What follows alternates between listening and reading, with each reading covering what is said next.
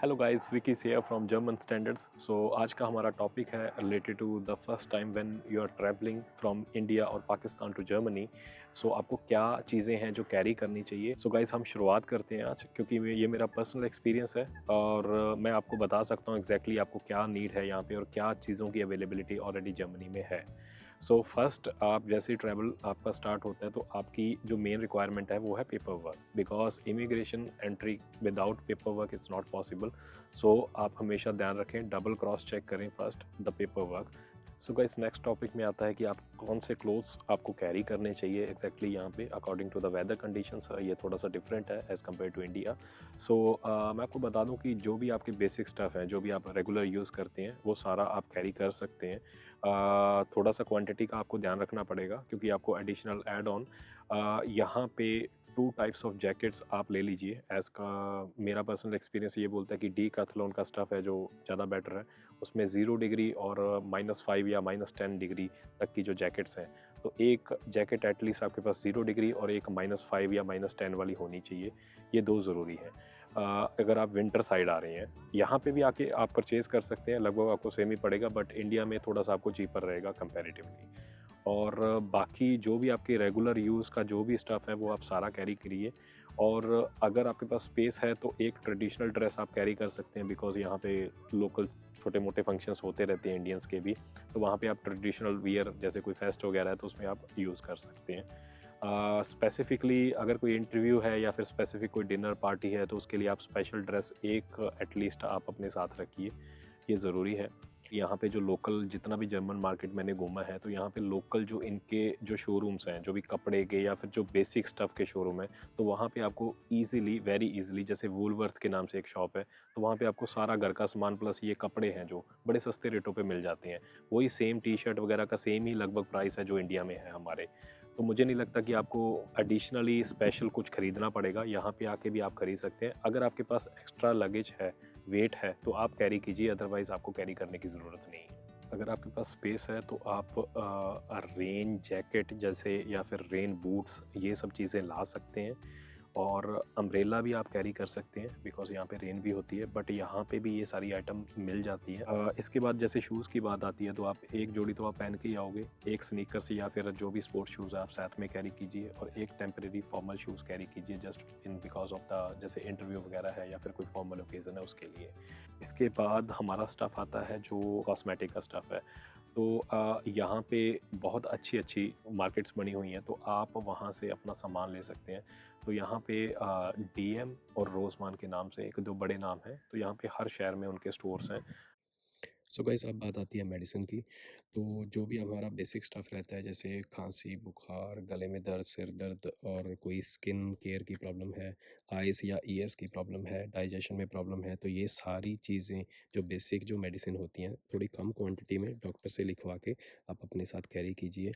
Bandages and गरम पट्टी भी आप अपने साथ एक कैरी कीजिए। और अगर आपकी कोई स्पेसिफिक मेडिकल हिस्ट्री है पहले से, तो आप उसकी भी मेडिसिन अपने साथ कैरी कीजिए, बट ये सारी डॉक्टर प्रिस्क्राइब्ड होनी चाहिए। In case of emergency of inspection आप शो कर सकें कि ये सारी मेडिसिन की मुझे जेन्युइन नीड है। इन केस ऑफ इमरजेंसी ये सारी मेडिसिन यहाँ भी अवेलेबल हैं। यहाँ मेडिकल स्टोर्स को अपोथेके बोला जाता है और आप यहाँ से भी ले सकते हैं, बट मेरी रिकमेंडेशन ये है कि आप थोड़ी क्वांटिटी आप एटलीस्ट अपने साथ कैरी करें। गाइस, अब हम बात करेंगे इलेक्ट्रिक अप्लाइंसेस की।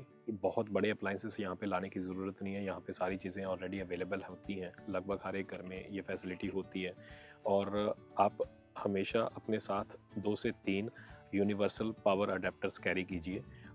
इसका बेनिफिट ये रहेगा, क्योंकि आपके पास जो भी आप लैपटॉप वगैरह या फिर जो भी चार्जर आपके पास होंगे वो सारे इंडियन प्लग्स होंगे, तो यहाँ पे वो प्लग्स डायरेक्टली काम नहीं करेंगे, आपको एक एडिशनल यूनिवर्सल अडेप्टर के थ्रू ही आपको कनेक्ट करना पड़ेगा।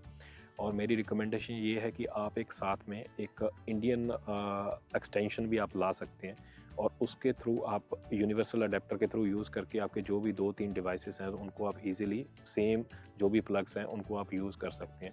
सो गाइस, अब बात आती है कि किचन के सामान में हम क्या क्या ला सकते हैं। सो पहले मैं बात करता हूँ कि जो आप जैसे एक कढ़ाई है या कुकर है या जो पैन होता है हमारा चाय बनाने के लिए या फ्राई पैन हो गया, तो ये सारे स्टफ़ आप ला सकते हैं अगर आपके पास स्पेस है तो।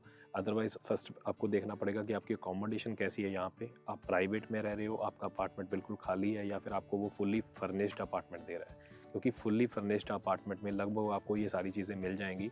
लेकिन जो इंडियन स्टाइल जैसे कुकर हो गया, तो कुकर के अंदर भी आजकल जो नया मॉडल आ रहा है जिसके अंदर सीटी वगैरह का इशू नहीं होता, तो आप वो वाला कुकर प्रेफर करें, क्योंकि यहाँ के जर्मन्स को ये सीटियों वगैरह की आदत नहीं है।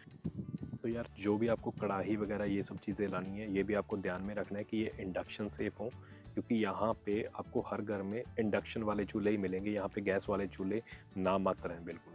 तो आप इंडक्शन सेफ़ जो भी आप मटेरियल ला रहे हैं वो सारा इंडक्शन सेफ़ होना चाहिए। सो सबसे इम्पॉर्टेंट टॉपिक होता है कि खाने में क्या लेके आएँ। मेरी फ़र्स्ट रिकमेंडेशन ये है कि आप जो भी आपका स्टफ़ है जो रेडी टू ईट होता है, जैसे मैगी है या फिर कोई सूप वगैरह है, ये सारे पैकेट्स आप ज़्यादा से ज़्यादा कैरी करें for the first month, only for the first month, because आपको सेटल होने में टाइम लगेगा। सारा सिस्टम आप अनपैक करोगे तो उसमें भी आपको टाइम लगेगा, चीज़ों को जचाने में भी टाइम लगेगा। तो जो रेडी टू ईट है, एटलीस्ट उससे आपका फर्स्ट टाइम में 2-3 दिन गुजारा हो जाएगा। तो उसके लिए आप रेडी टू ईट मटेरियल लेके आइए। सबसे ज़्यादा जितना हो सकता है आप मसाले लेके आ सकते हैं, क्योंकि मसाले यहाँ पे डायरेक्टली नहीं मिलते। इंडियन स्टोर पे उनका प्राइस 2 गुना या 2.5 गुना या 3 गुना है।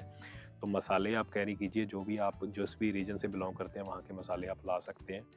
अगर आप घी खाते हैं, आप जितना कैरी कर सकते हैं उतना कीजिए। उसको आप जैसे 2 लीटर की जो पेप्सी की बॉटल होती है उसमें डाल लीजिए, उसको फ्रोज़न में डाल दीजिए, ठीक है। उसको पूरा ठंडा करके उसके बाद में बैग के अंदर डालिए, क्योंकि जैसे ही वो लिक्विड बना तो ये एक्सेप्ट नहीं करेंगे, या उसको बाहर भी निकाल के दे सकते हैं। तो बेटर है कि आप उसको फ्रोज़न मोड में रखें और उसको डायरेक्टली बैग में डालें और सीधा एयरपोर्ट पे ले आएँ। घी आप कैरी कर सकते हैं। उसके बाद में जो दालें वगैरह हैं, लगभग वो यहाँ पे मिल जाती हैं। ऐसा नहीं है, इंडियन स्टोर से सारा कुछ मिल जाता है, बट फिर भी आप अगर थोड़ा बहुत स्पेस है आपके पास, जो स्पेसिफ़िक जो सूखी सब्जियाँ होती हैं वो सारी आप ला सकते हैं, कैरी कर सकते हैं। और दालें वगैरह आप कैरी कीजिए, बट ज़्यादा मत कीजिए, क्योंकि यहाँ पे भी मिल जाता है। दुगना प्राइस ज़रूर रहेगा, बट उसका वेट के अकॉर्डिंग, उस हिसाब से अगर आपके पास वेट है तो आप कैरी कर सकते हैं। नमक, चीनी और आटा, तो मुझे नहीं लगता कि ये सब चीज़ें कैरी करने की यहाँ ज़रूरत है, क्योंकि यहाँ पे नमक और जो चीनी है उसका प्राइस है बिल्कुल रीज़नेबल है। आप नॉर्मल किसी भी मार्केट से वो परचेज़ कर सकते हैं। और in case of emergency for the first time, आटा भी यहाँ पे एक नंबर रहता है, जैसे 401, 402, तो यहाँ पे आटा और मैदा, ये दोनों चीज़ें आपको मिल जाएंगी। और जैसे ही आप थोड़ा सेटल होते हैं तो आपको इंडियन स्टोर से यहाँ पे आटा वगैरह यहाँ पे रीज़नेबल प्राइस पे, आशीर्वाद वगैरह या फिर कोई भी ब्रांड आप चूज़ करते हैं तो उसका मिल जाएगा। तो मुझे नहीं लगता कि ये चीज़ें आपको कैरी करनी चाहिए। इसके अलावा आप जैसे मिर्च वगैरह है, ये सारी चीज़ें आप, पाउडर है, ये हल्दी वगैरह, ये सारी चीज़ें आप कैरी कीजिए, ये ज़्यादा बेटर है। एडिशनली आप थोड़ा बहुत पैसा भी अपने पास रखिए, क्योंकि ज़रूरी है। आप करेंसी कन्वर्ट करवा के वहाँ से 1000 या 1500 यूरो अपने साथ लेके आइए। ये ज़रूरी है, क्योंकि आते ही आपको यहाँ पे रेंट देना पड़ेगा, जो कि आप कैश ही दोगे, अदरवाइज़ आपके पास और कोई मीडियम नहीं होगा।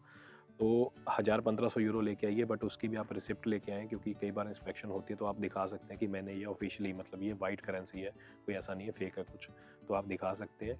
यहाँ पे जैसे ही आपका average, on an average 1000 euro से ऊपर खर्चा नहीं आएगा पहले महीने के अंदर। और पहला 1 महीना ही आपके लिए ज़रूरी है, जिसके अंदर आपके सारे डॉक्यूमेंट, सिटी रजिस्ट्रेशन, ये सब होके आपका ब्लॉक्ड अकाउंट ओपन होगा। तो जैसे ही वो ओपन होता है उसके बाद आपको एडिशनल पैसा आता रहेगा फॉर द सपोर्ट, इफ़ आपके पास जॉब नहीं भी है तो भी।